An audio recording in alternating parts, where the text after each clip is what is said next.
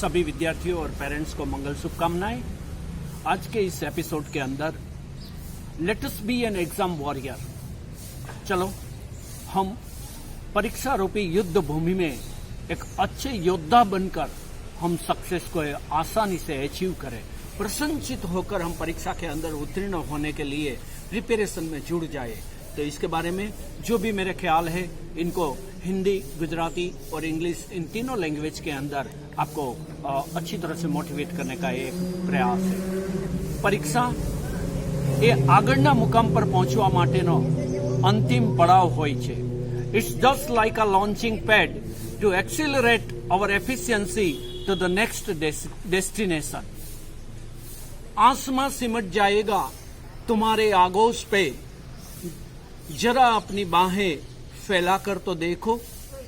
એટલે કે પરીક્ષા હંમેશને માટે એક આગળના જે નેક્સ્ટ યર માટેનું એક લોન્ચિંગ પેડ હોય છે, મુકામ ઉપર પહોંચવા માટેનું એક તક હોય છે, અને એ જ મેરિટ લિસ્ટના આધારે આપણે આગળને યાત્રાને સુખદ બનાવી શકતા હોઈએ છીએ.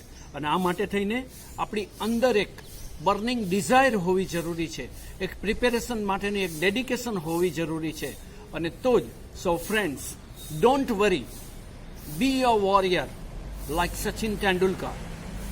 He said, I never speak, my bat always speaks. तो हम भी उसी तरह से हमें एग्जाम के बारे में ज्यादा चिंता करने छोड़ देनी चाहिए और प्रिपरेशंस के अंदर लग जाना चाहिए. जहां जहां हमारा स्ट्रॉन्ग एरिया है एग्जाम के अंदर, उसको अच्छी तरह से हमें कवर कर लेना है, और जहां वीकनेसेस है, जहां फियर है, वो फियर को रिमूव करने के लिए हमें काउंसलिंग से लेकर हमें अच्छी प्रिपरेशंस में जुड़ जाना चाहिए. With the dedication, hard work and perspiration, you can achieve the target result. तो ऐसे ही हम आसानी से ये अचीव नहीं कर सकते. इसके लिए हमें पहले से ही पुरुषार्थ करना चाहिए, हमें हार्ड वर्क कर लेना चाहिए और अच्छा परिश्रम, पसीना बहा लेना चाहिए. तो ही हम आसानी से हमारे जो टारगेट गोल है इनको अचीव कर सकते हैं. So remove the fear of failure, do believe in hope of success. ज्यादातर छात्रों को यही तकलीफ रहती है कि वो अच्छी प्रिपरेशन कर लेते हैं, उनके पास अच्छी मेमोरी भी है, फिर भी उनको एट द लास्ट मोमेंट जब रिजल्ट ना आ जाए तब तक वो थोड़े टेंशन में रहते हैं. बहुत से छात्र के बारे में सुना है कि इनको बुखार आ जाता है, उनको ऐसा लगता है कि मैं शायद फेल हो जाऊंगा. तो आपको सबसे पहले यही करना है कि आपको फियर ऑफ फेलियर जो है, जो निष्फल होने के लिए आपके अंदर जो एक घबराहट है, इनको पहले से ही दूर कर देनी चाहिए. दूसरा, होप ऑफ सक्सेस.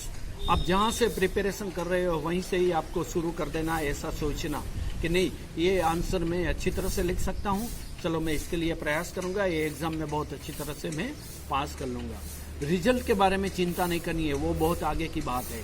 इसके लिए पहले से ही आप यदि डिप्रेशन में रहेंगे, टेंशन में रहेंगे, तो आपका प्रिपरेशन आप एंजॉय नहीं कर सकेंगे. तो आपको each ball each run, like Sunil Gavaskar, आपको हर एक दिन जो जो आपके सिलेबस में है, आपका जो शेड्यूल है, आपका प्लानर है, इसके मुताबिक आपको प्रिपरेशन कर लेनी चाहिए. मंजिलें उन्हीं को मिलती है जिन सपनों में जान होती है, पंखों से कुछ नहीं होता, हौसलों से उड़ान होती है. तो आपको भी अपने अंदर एक जज्बा रखना चाहिए, एक स्पिरिट रखनी चाहिए, एक बर्निंग डिजायर रखनी चाहिए, और उसके मुताबिक ही आप प्रिपरेशन करेंगे तो आसानी से आप जीत जाएंगे. हम कोई भी एग्जाम यदि दे रहे हैं तो हम सभी छात्रों को एक बात हमें अच्छी तरह से दिमाग में रखनी चाहिए कि 3 स्टेप्स में प्लानिंग कर लेनी चाहिए. माने 3 लेयर प्लानिंग एग्जाम को अच्छी तरह से सक्सेस इसके अंदर लेने के लिए. आपको एग्जाम को एंजॉय करना है, तो इसके लिए जो आपको मदद रूप रहेगी यह फॉर्मूला जो आपको सफलता भी दिलाएगी और आप प्रसन्नचित भी रहेंगे. सो फर्स्ट स्टेप जो आपको करना है वो बिफोर एग्जामिनेशन किस तरह से आपको प्रिपरेशन करनी है, इनके बारे में यहाँ पर बताने का एक प्रयास है. बिफोर द एग्जामिनेशन आपको पूरे सिलेबस को कवर करने के लिए आइडियल रीडिंग टाइम टेबल आपको बना लेना है। माने 12 चैप्टर्स करने हैं, या तो 10 चैप्टर्स आपको करने हैं, या तो यूनिट करने हैं, या तो लेसन करने हैं। तो अच्छा, जो आपके पास जितना टाइम है वो टाइम के मुताबिक आपको इसको डिवाइड कर देना है, और इसके मुताबिक आप कंप्लीट कर सको इतना स्पेस भी रखना है।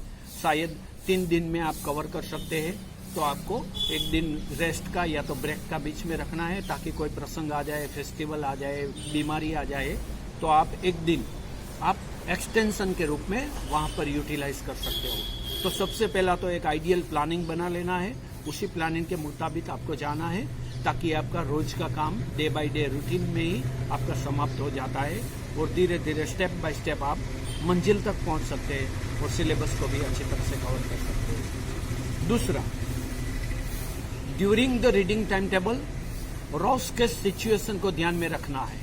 माने आपको 3 दिन में एक सब्जेक्ट आपको कवर कर लेना है, कोई भी सब्जेक्ट आपका है, कोई भी स्टैंडर्ड में, कोई भी ईयर में, कोई भी सेमेस्टर में आप पढ़ रहे हैं। तो जो प्लानिंग आपने बनाया है वो प्लानिंग शायद उसी दिनों में कोई बीमारी आ जाए, कोई फेस्टिवल आ जाए, कोई अड़ोस पड़ोस में बगल में कोई बीमार है तो उनकी हेल्प में आपको जाना पड़ता है, कोई भी कारण है कि आप सिलेबस को कवर नहीं कर सकते उन 3 दिन में, तो लास्ट जो वीक है उस दिनों तक ये बैकलॉग में ऐसे ही नहीं इसको ड्रैग करना है, मगर एक ऐसा स्पेस रखना है कि जहां पर आप जितना हो सके उतना कवर करना है। जो नहीं हो सका उनको साइड में रख दो, बाकी का सिलेबस, बाकी का टाइम टेबल आपको फॉलो करना है।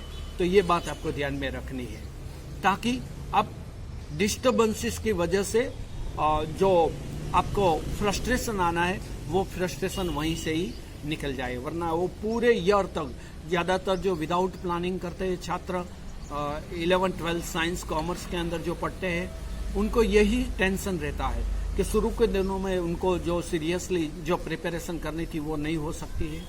स्कूल के अंदर भी इसी तरह से गाइड नहीं किया जाता है, और लास्ट डेज के अंदर ड्यूरिंग द स्कूल और द कोचिंग सेंटर और द पेरेंट्स और द फ्रेंड्स, ये सभी जब दिसंबर आता है या तो नवंबर दिसंबर के बाद वो हमारा गियर चेंज करने के लिए हमें समझाते रहते हैं, और फिर बाद में इंडियन क्रिकेट टीम की तरह हो जाता है कि हम एक ओवर के अंदर आईपीएल में जैसे 20 रन 25 रन चाहिए, तो फिर वो टारगेट अचीव करना बहुत ही मुश्किल हो जाता है, और उसी में ही विकेट गिर जाती है और कभी मैच भी हाथ में से निकल जाता है। तो यहाँ विकेट किस तरह से गिरती है, यहाँ एक ही विकेट है, हम स्वयं ही है, मगर यहाँ पर धीरे धीरे हमारा फ्रस्ट्रेशन का लेवल बढ़ जाता है। फिर जो सब्जेक्ट्स के अंदर हम अच्छे मार्क्स ला सकते हैं उसमें भी कम स्कोरिंग का हमें टेंशन बढ़ जाता है, और इसी तरह से धीरे धीरे ड्यूरिंग द एग्जाम हम ड्रॉप लेने के लिए साइकोलॉजिकल डिप्रेशन में आ जाते हैं। अच्छी स्ट्रीम सिलेक्ट करने को पहले टारगेट रखते थे, अब कोई भी स्ट्रीम में एडमिशन मिल जाए, इतना मार्क्स आ जाए तो भी अच्छा।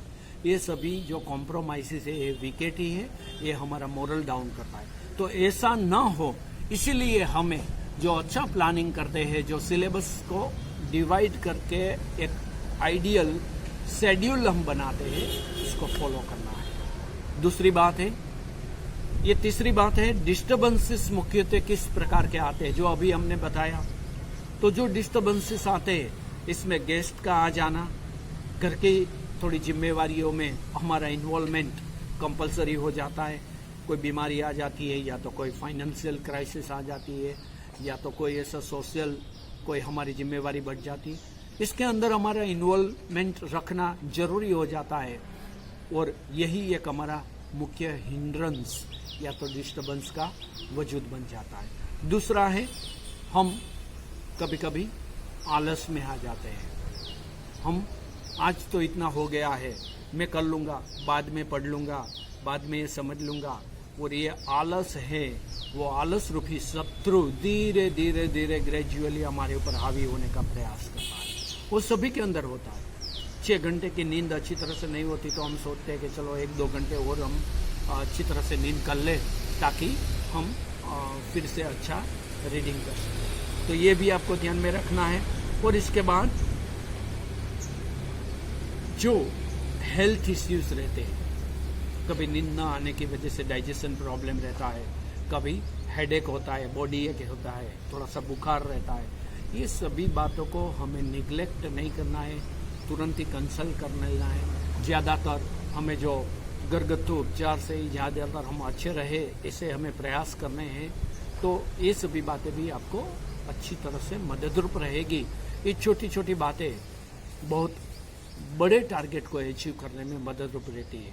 हर डे हरी तकी, ऐसा जो भी आपको उचित लगे उनका प्रयोग भी करना चाहिए, ताकि आपकी कॉन्स्टिपेशन है वो रिमूव हो जाए, तो आपका कॉन्सेंट्रेशन बढ़ता है, आलस्य बहुत कम रहती है।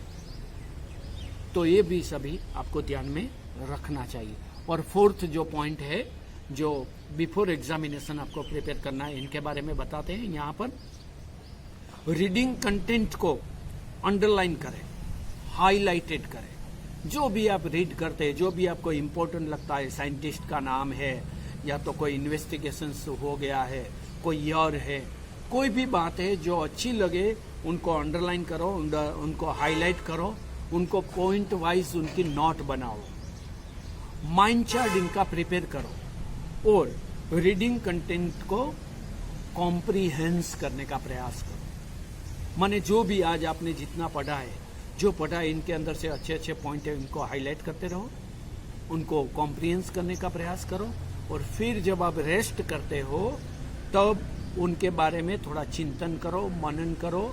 जो भी मेमोरी में जा रहा है, शॉर्ट मेमोरी में है, उनको लॉन्ग मेमोरी के अंदर भेजने के लिए आपको इनके बारे में थोड़ा चिंतन मनन करना चाहिए। तो ये जो सबसे इम्पोर्टेंट पॉइंट है वो आपको ये ध्यान में रखना है। जितना पढ़ लेते हो, समझ में आए, याद रहे तो अच्छी बात है, वरना अंडरलाइन कर लो, ताकि दूसरी बार जब री रीडिंग का टाइम आएगा तब आपको सिर्फ ये पॉइंट्स ही पढ़ने हैं, पूरे का पूरा कंटेंट आपको याद आ जाएगा। तो यह इस पहले पार्ट के अंदर हम इतनी बात करते हैं कि बिफोर द एग्जामिनेशन क्या प्रिपरेशन करनी है। हम 3 लेयर के जो प्रिपरेशन से इनकी बात यहाँ पर करने वाले हैं। ये सभी वीडियो के सभी पार्ट्स आप अच्छी तरह से देख लेना, ताकि आपको प्रिपरेशंस में बहुत हेल्पफुल रहे। Okay, have a nice day, all the best, thank you, and be a best examination warrior.